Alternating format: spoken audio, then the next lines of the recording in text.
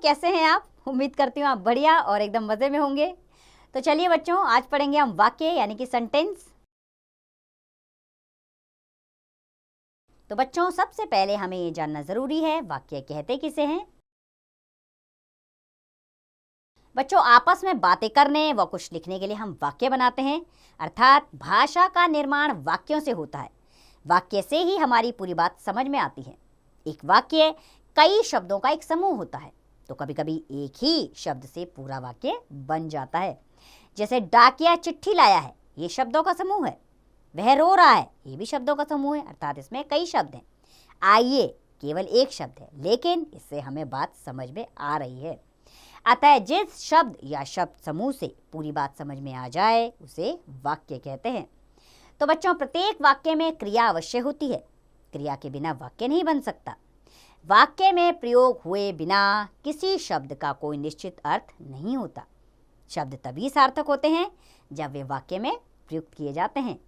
आइए अब वाक्य के अंग जानें, लेकिन उससे पहले बताइए एक शब्द से बना कोई अन्य वाक्य बताइए। आइए एक शब्द है, जाइए भी तो एक शब्द है, और ये एक शब्द वाक्य को पूर्ण बनाता है। तो चलिए अब वाक्य के अंग की ओर बढ़ें। वाक्य के दो अंग हैं, उद्देश्य और विधेय। सबसे पहले जानेंगे उद्देश्य क्या है। वाक्य में जिसके विषय में कुछ कहा जाता है अथवा वर्णन किया जाता है उसे उद्देश्य कहते हैं। उद्देश्य में कर्ता और उसकी विशेषता बताने वाले शब्द आते हैं। और विधेय, विधेय क्या है? वाक्य में उद्देश्य के संबंध में जो कुछ भी कहा जाता है उसे विधेय कहते हैं।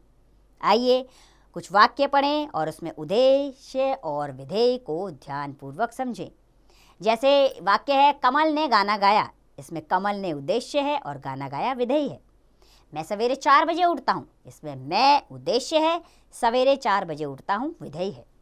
श्री राम अयोध्या के राजा थे। श्री राम उद्देश्य हैं और अयोध्या के राजा थे, ये विधेय है।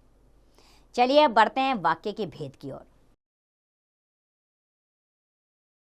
वाक्यों का वर्गीकरण 2 आधारों पर किया जाता है, रचना के आधार पर तथा अर्थ के आधार पर।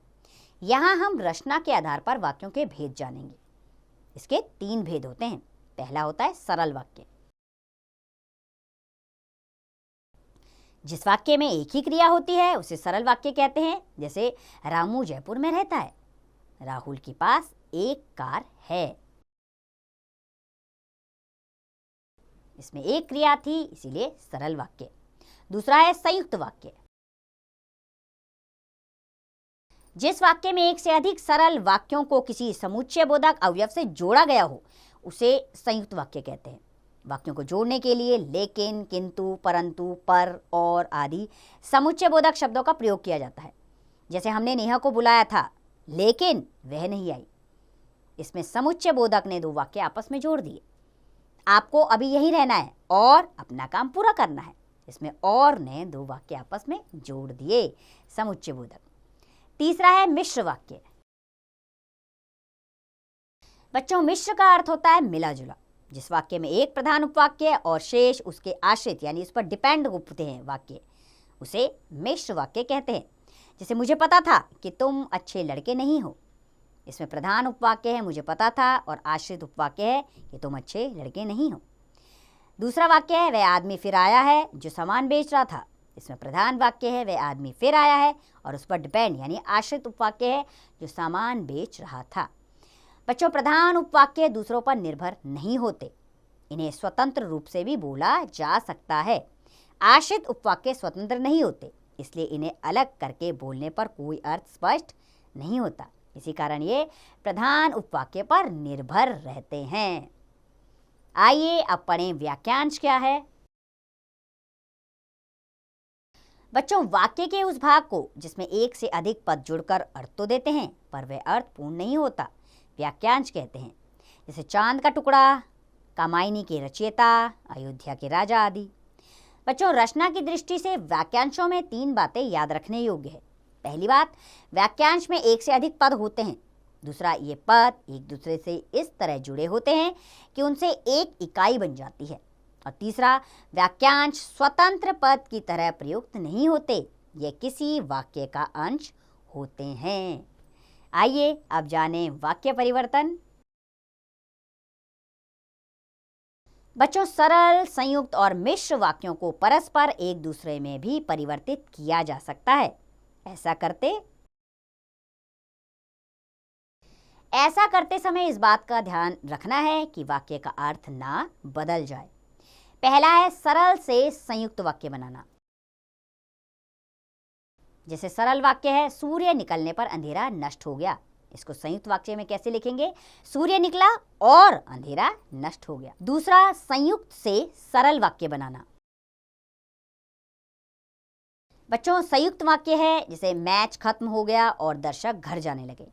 अब इसका सरल वाक्य कैसे बनाएंगे? मैच खत्म होने पर दर्शक घर जाने लगे। तीसरा है संयुक्त से मिश्र वाक्य बनाना। संयुक्त वाक्य है वह कुछ धन चाहता था और वह उसे मिल गया। अब इससे मिश्र वाक्य कैसे बनेगा? वह कुछ धन चाहता था जो उसे मिल गया। चौथा है मिश्र से संयुक्त वाक्य बनाना। मिश्र वाक्य है जैसे ही मैं स्टेशन पहुंचा रेलगाड़ी चल दी। इससे संयुक्त वाक्य कैसे बनेगा? मैं स्टेशन पहुंचा और तुरंत रेलगाड़ी चल दी। पांचवा है मिश्र से सरल वाक्य बनाना।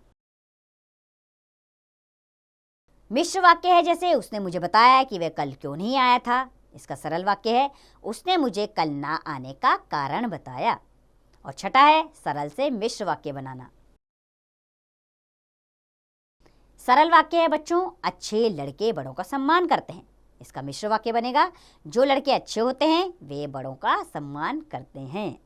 आइए आपके अभ्यास के लिए इस पाठ को दोहरा लेते हैं। तो बच्चों, शब्द या शब्दों के सार्थक समूह वाक्य कहलाते हैं। वाक्य के दो अंग होते हैं, उद्देश्य और विधेय। रचना के आधार पर वाक्य तीन प्रकार के होते हैं: सरल वाक्य, संयुक्त वाक्य व मिश्र वाक्य।